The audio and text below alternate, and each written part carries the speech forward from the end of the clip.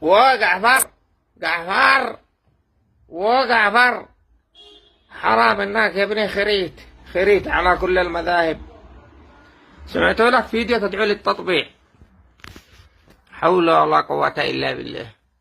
وأنا زنبقتي بصار ابن الأهبل جعفر. ها ها مالك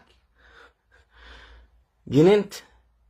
يعني لكن تدي لك آراء لك كذا، مرة تشقضف لك البخاري، مرة مسلم، مرة قلنا يعني دي رأيه. يعني احنا خلينا تمثل جعفر دور واحد هبل، وانك حفظ كراكور ولا عفلتك الهبالة. يعني مالك تطبيع مو اللي تتنظر له.